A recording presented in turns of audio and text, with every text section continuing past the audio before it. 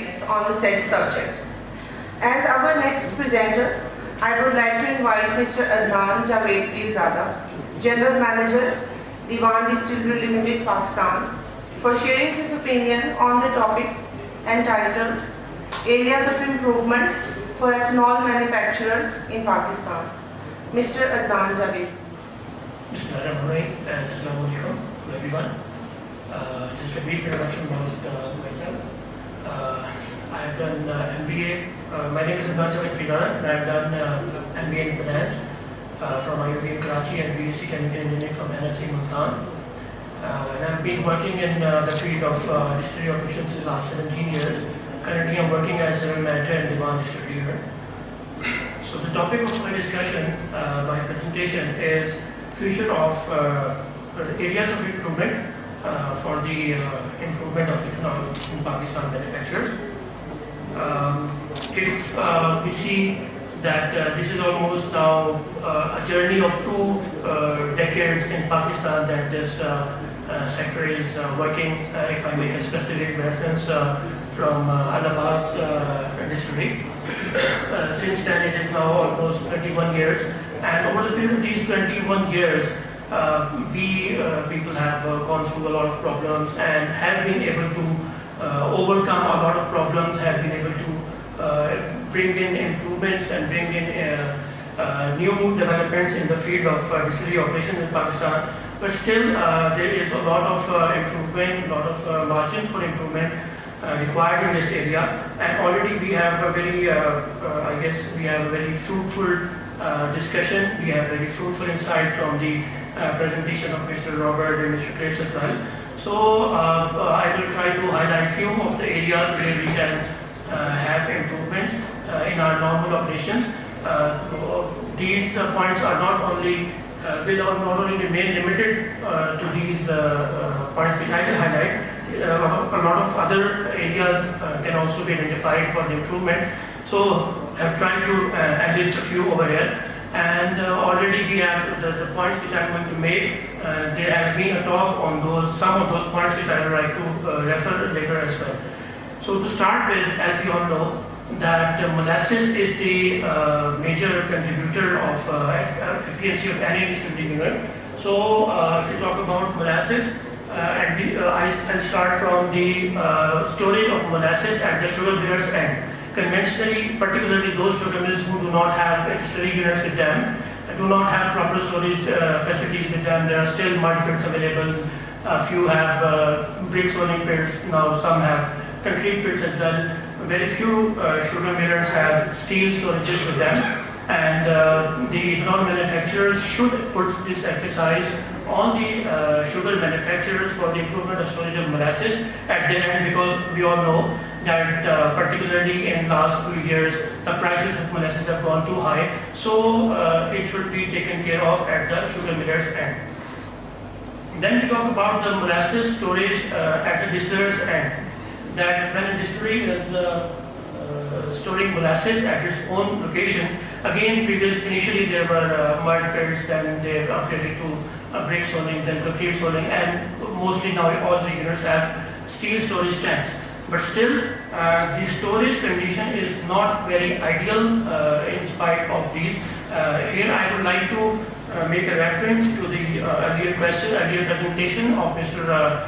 Robert Pickett on the topic of molasses storage, to which Mr. Sharif put up the question of Maillard reaction reference as well. So yes, Maillard reaction is a problem with all the distillery ethanol manufacturers.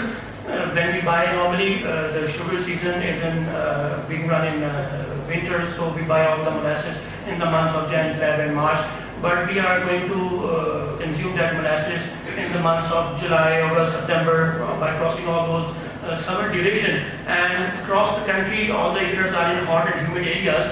So during the storage of molasses, the temperature of molasses increases, and it has been reported that the molasses crosses the temperature of 40 degrees C, and there is established data available at this point that if, for example, I will specifically quote the number as well, and those numbers were also mentioned in the earlier slide of Mr. Robert Pickett as well, that when the temperature of molasses, when it was in the storage phase, goes beyond 40 degrees C, there is established data available that the sugar content will go down, the reducing sugars will go up, and this is a huge loss for the ethanol manufacturers, and that just by storing of molasses in an improper way, we are losing a lot of cash over there. So as the topic is about area of improvement, so this area can be improved by the installation of heat exchangers with the pumps, with the storage tanks, and temperature should be controlled through circulation and heat exchangers. Obviously it will add some energy cost. The fabrication cost is just one time, but energy for running a cooling tower, for running a pump, additional pump, does matter, but the value which it will add is too high. If we even if we try to quantify that, for example, if quantity of 15,000 metric ton of molasses was stored in a tank, and it was being stored at a sugar content of 47%, and after 3 months when we are going to consume this molasses, and we are having 44% or 45% sugar, so 2% loss of overall molasses is a very huge loss. So this loss can be controlled to at least, I guess, 60 to 70% by control of temperature. It will benefit us in 2 ways. Number one is that we will be able to control the temperature of that molasses during the high and humid period of the season. So it will give us the control over the reduction of sugar content. Secondly, this aspect is also helpful for the homogeneity of the mixture, because I will talk a little further on this topic later in my presentation.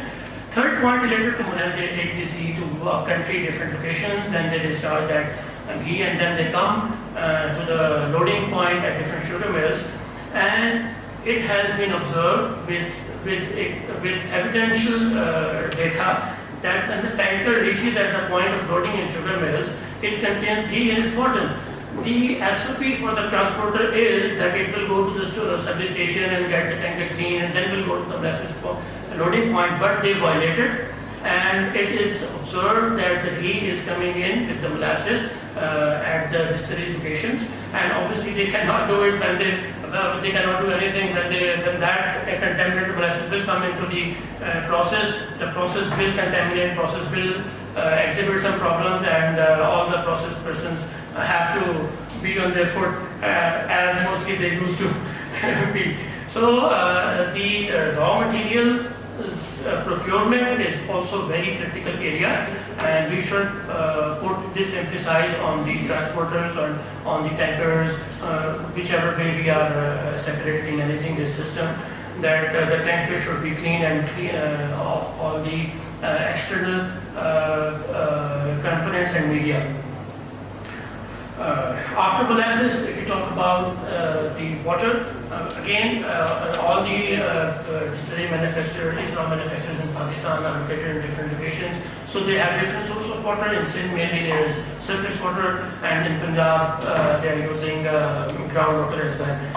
In Sindh, obviously, in the initial years of distillery operations, in year 2000 to 2006 and 7, I guess, there was water flow in the canals around 10 to 12 months or 11 months a year. There is a continuous flow of canal water available, so the quality of water was relatively better. But in recent years, particularly, even if we specifically talk about this year as well, I guess we just have started the regular flow of water in our canals, in our areas. So water flow is reducing in the canals, which is resulting in the poor quality of water, that when we store these water into ponds and then we use it, so it is also becoming a source of contamination. Recently, some distilleries in Punjab, particularly Medina, have installed RO for their process. So this is one area that old owners should also put some money in for the RO plant. Obviously, it's costly matter, but definitely it is going to help in the improvement of process efficiencies of distilleries overall. Then we talk about, then I put some, we talk about the process hygiene.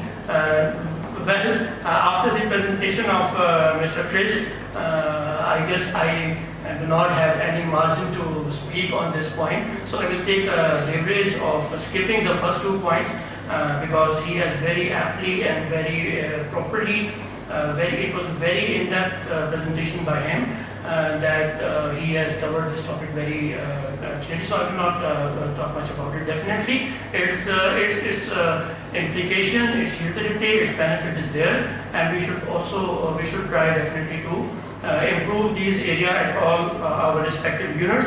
I will only add the third point in it, that if we will be able to upgrade, improve and implement these CIP and SIP systems in our locations, in our plants, we will be able to reduce the antibiotic dosage, because with the use of antibiotics there has always been a talk of its impact on biogas, because when the contamination will go high, obviously from the process side, in order to maintain the process efficiency, we will always tend to add some antibiotic that we should add it, and whenever we will talk about high dose of antibiotic, there will always be this talk of its impact on the production of biogas, as well as other than biogas impact as well. The higher antibiotic dose in the long run with the continuity is also not feasible for any process, because this is not a proper way. If I just make a simple reference to this particular point here in the presentation of Mr. Robert, which was about malt, and he was mentioning some standards. So in one standard it was mentioned that antibiotic use is not allowed. So antibiotic use is a very critical area. So we can have reduction in antibiotic use by improvement of CIP and SIPs at our systems. And CIP was already mentioned by Mr. Chris in very much detail. So this is the area at which I would like to put my emphasis major of my talk at this particular in these particular points, because as and again I will start with molasses. As I mentioned in the point of temperature control of molasses, it will be beneficial in terms of its quality, that we should have, for example, if I go to the full chain of molasses, that any particular distillery plant is buying molasses from different sources. That molasses is being stored in one particular tank at one time. For example, in this season when molasses is coming from multiple units, so we are storing, let's say, in a one storage tank, molasses which was stored was from maybe 2 mils or maybe 3 mils. So there is a different molasses which is again coming from, when it is coming from different sugar mills, so different mills are crushing different cane. That cane is cultivated in different areas, the soil condition is different, so all the minerals, because if we talk about sugar mill manufacturer, as we are the ethanol manufacturer, so our major emphasis will always remain on the quality of ethanol, not on the quality of spent wash. Whatever is going into the spent wash, we will not put any focus on that. We will focus on ethanol. Same is the way with the sugar mill manufacturer. His major focus is to produce sugar crystal to the best of his efficiency. Whatever is going into the molasses is not his concern. So molasses is varying in itself. It has because the parameters which we are conventionally monitoring, Brix, coal, purity, and sugar, these are, to me, these are commercial parameters. These parameters are only useful for the buying decision that okay, this quality of molasses should be bought. But for process point of view, for process analysis point of view, we cannot make an analysis of molasses that okay, for example, if we have stored 4 mils of molasses in one tank, we do not have detailed analysis what is the sugar breakup, what is the sugar content, what are the other impurities, what are the other minerals in those particular molasses sources. So the point of separation which I made in my first point will also help, will also be helpful in this regard as well. That if we add this, if we are able to circulate the molasses, it will make it a homogeneous solution. So when that particular molasses will come into the consumption, because whatever is happening right now, that we do not have any analytical data of molasses. One tank is in service one day, and the molasses is thick, viscous, it is not being mixed. So there are different layers of molasses in one tank, and we are consuming from the same tank. So at one day, all the parameters are the process is running at a normal efficiency as one set of parameters, but the other day the parameters will affect, and we will be wondering what has happened because everything else is same. Because we do not have the analytical data, we do not have the analytical facility to assess the chemistry of molasses. Already it is a complex molasses, it has different things.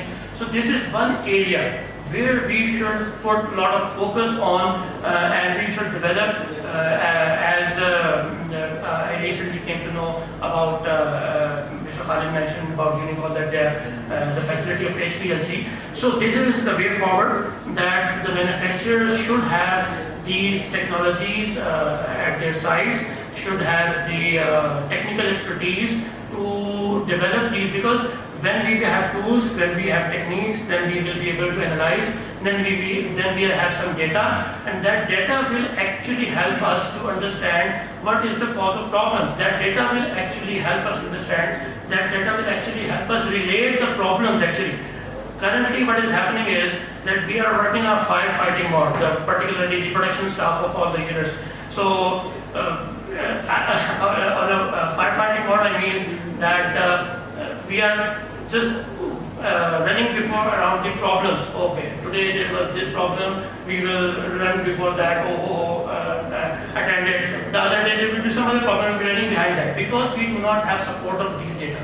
If we will have this data available with us, it will enable us to make strategies about our process parameters. We will be knowing in advance that the molasses which is being brought into the consumption is of this quality. It has these particular sugar breakup. It's non-fermented which is higher or lower, and we can adjust accordingly. We will be knowing that okay, at this point in time when I will start consuming, because we have different storage locations and these are separate from each other. So every storage has different type of molasses.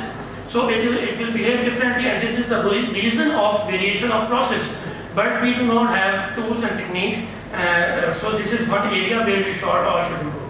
Again, the absence of analytical tools and techniques is also affecting us to monitor the contaminations and their behavior and their sources. In fermentation, different type of contaminations are coming from different sources, but we are unable to first of all, we are unable to even assess and monitor them, analyze them. For example, as I talked about water. So when we are consuming water from canal, and canal is in normal operation, it has normal sort of contamination between it. But if that water which was stored in the month of March and it is being brought into the consumption in the month of, for example, June, it has higher TDS in it, but yes, we can monitor the TDS, but whatever bacterial contamination has been added during this duration, we do not know. We do not know the type of, what is the extent of E. coli in it, what is the extent of other bacterial contamination in it, we do not know this. And this is why we are unable to fine-tune our process parameters. Again, we have to work on a firefighting mode. Okay, now the water quality has deteriorated, so now we have to add some extra antibiotic, or we have to start some, as some units are adding temperature in their MPS section. So all these things are only being done on hit and trial basis, but not with the support of analytical data. So this is one area where a lot of work needs to be done, and at this point I will also relate my talk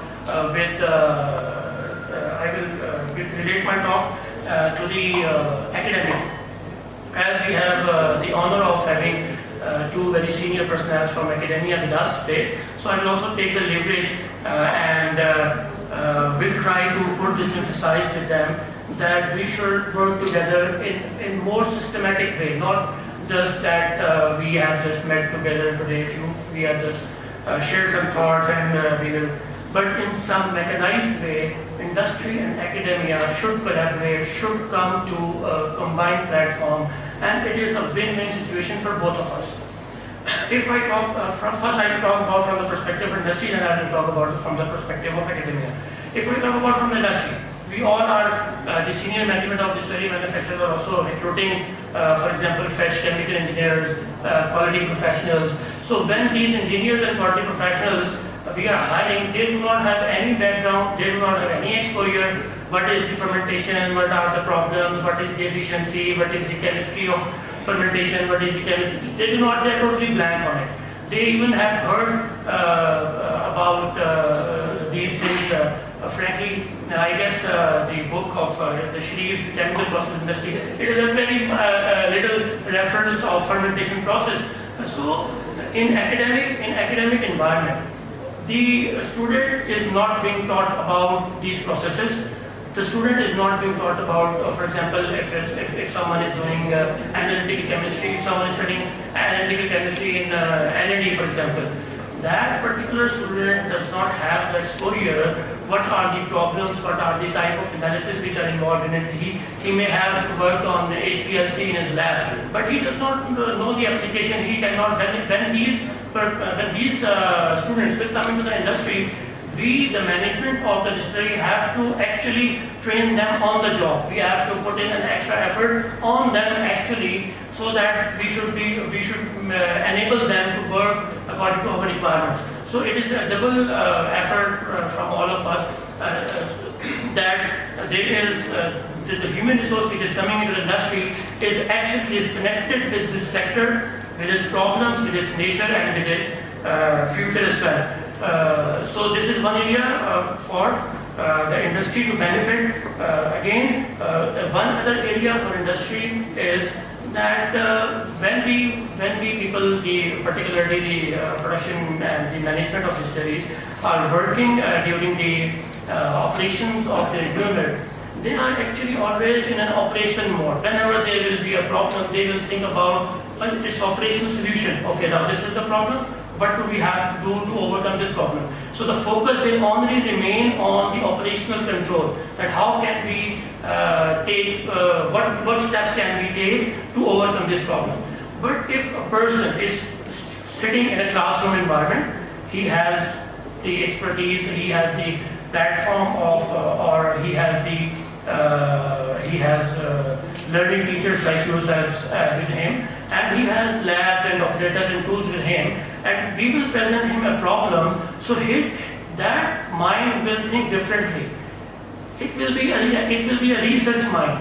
He will actually try to find out reason of that problem, source of that problem, where this problem is coming from, what should be done to actually avoid the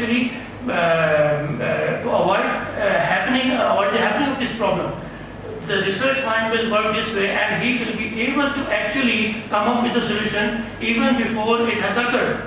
And then that student, with his help of with his teachers and with his whatever the tools and techniques he have in their respective institutions, so when they have the knowledge and exposure of the problems the industry is facing, and they will apply their minds, they will find those solutions, and then they will submit those solutions to the industry. And industry, if the industry is open enough to accept those option solutions, and if the industry is open enough to actually provide them their platform to implement their research, implement their ideas. So in this way, both industry and academia can get benefit from each other. Because this is again, unfortunately, there's still, I was just sharing a story with one of my old colleagues, Mr. Nafis as well, that back in the year 2005, I was offered a job in this, in 2004 I was offered a job in distillery, one of the distilleries, and I right away, frankly, denied, no, I don't want to go to the distillery, just because I did not know about that. I haven't learned, or I haven't heard anything about exactly what is distillery is, what is the potential of ethanol, frankly speaking. And now it is 17 years I've been in this industry, but the situation is still the same. Even today's student who has the degree in his hand, but he does not know what is he simply does not know anything about this sector. So this is this is one area where I think that we all should actually, because again I will now also request my colleagues from the industry as well that we should open up. We all have been working in very tense environment all the way around the clock. 24 hours, we all are in a particular stress about process, its efficiencies, whatever is happening. It's a continuous stress with us. Even a lot of people sitting here, I am sure that 80% people have something running in the back of their mind about plant. Oh, what about that problem? So we need to open up. We are frankly speaking, I here at this particular point I am being candid, so I seek apology if I offend anyone. But frankly speaking, we should open up. We should open up to adapt new challenges, new technologies. We should welcome. We should give chance. We should provide our platform for new technologies, for students, for academia, and we should also look towards the academia that they should solve our problems. Because you see, for example, if a student has to complete his degree, he has to do some project finals, he has to make a thesis, he has to go through all that process. But if there will be some interconnection between these two forums, so the academia will have the list, or they have the understanding of problems which we are facing. So when they will be assigning the projects to the students, they will assign some relevant projects. So when they will work on that, automatically there will be research, there will be content available. For example, in Pakistan, fertilizers, refineries, these are very established industries. So if we go into the library of any, for example, Iran or Punjab or UAE, anywhere, we will find a lot of theses present in those racks about all the problems and everything. But we won't find a single project or thesis on ethanol-related problem, because no such work has been done. Because this area is totally disconnected, these two forums are totally disconnected. So these are the forums, these are the ways, methods, and this is one area where we should also adapt, because again, 20 years is a huge time, but if we introspect, frankly speaking, we haven't, I can say, I'm trying to use softest of the words actually, that we haven't been able to actually open up. Softest word I will use, so that no one should get offended. But if we see the quality of human resource in our sector relative to the quality of human resource in any other industrial sector, it will show us a good mirror, frankly. I have just given, I will not say anything further on this topic. I guess it is enough for us to actually see on this thing as from this angle as well. It is also, it has a huge potential. You see, any plant, any industry, any company, anything is being run by individuals. It is being run by those people who are joining those organizations. So if we will be able to develop a good human resource, they will definitely work in more better ways. They will bring up with new ideas, they will bring up with new solutions, and that will eventually help all of us. And that will eventually actually reduce a lot of stress from our shoulders actually, which we are going through all the time. You see very young people sitting here, but they have gray hairs only because of this thing. So pardon my endedness, sorry. So in the end, I will cover the topic of technological improvement. Under this topic, I have covered very few, just to add in the presentation, frankly, because on the area of technological improvement, a lot of work can be done. Globally, internationally, the industry, the ethanol manufacturers have improved a lot. Even we can see in our earlier presentations, the concepts which have been presented to us, a lot of things are new to us. Though we all are in this sector, but We have a lot of seniors in this sector. Obviously, I'm amongst a very junior lot, frankly, but a lot of people are more senior than me. But still, the techniques, the tools, the methods of doing things, the methods of adding chemicals, the method of controlling the process parameters are still there, whatever were given to us in 2004 by Taris, and not much improvement has been done in those areas. So just a few. I'm not confining this topic actually to these points, but in our automation, a lot of improvement can be done. There is a lot of margin in, for automation improvement, and that the ratio control loop is a very old sort of technology. It should be online based control. It will help the controlling of the process parameters. Automated dosing is very, again, the environment which we are in, the ethanol sector is financially in stress due to increase of molasses rates, and the ethanol prices are also not compatible with the molasses pricing as well. So the cost reduction is a very, very important area and always remain in the thought process of the management of distilleries. So if we be able to improve these automations, we are able to bring in some new control methods. It will help us in reduction of our labor. So again, it's a cost reduction. So management can see from this angle as well. Just to give two examples here. For example, in fermentation, temperature control loops can be added, dosage can be automated, foaming can be automated, foaming control can be automated. There are now foaming probes available that can be installed, and the line will be, if the line will be energized with anti-foam, so it will automatically dose anti-foam as per the requirement of the internal media, and it will be able to, industries can be able to reduce their anti-foam consumption, control, and all these things. So this is very little points which have been added. A lot of things can be done if we only just we have to put in this thought in our mind that we have to upgrade or bring in these automations. So we will find a lot of other options as well. So there is a lot of margin of improvement in this area. In the end, I would like to really thank and appreciate actually the effort of Lallemand, effort of Hunza Group, from Lallemand side, particularly Mr. Chris, Mr. Roberts, and Mr. Rajesh Mohan. I would like to thank all of them. From Hunza, obviously, I would like to appreciate the effort of Mr. Wahid Chaudhary and Mr.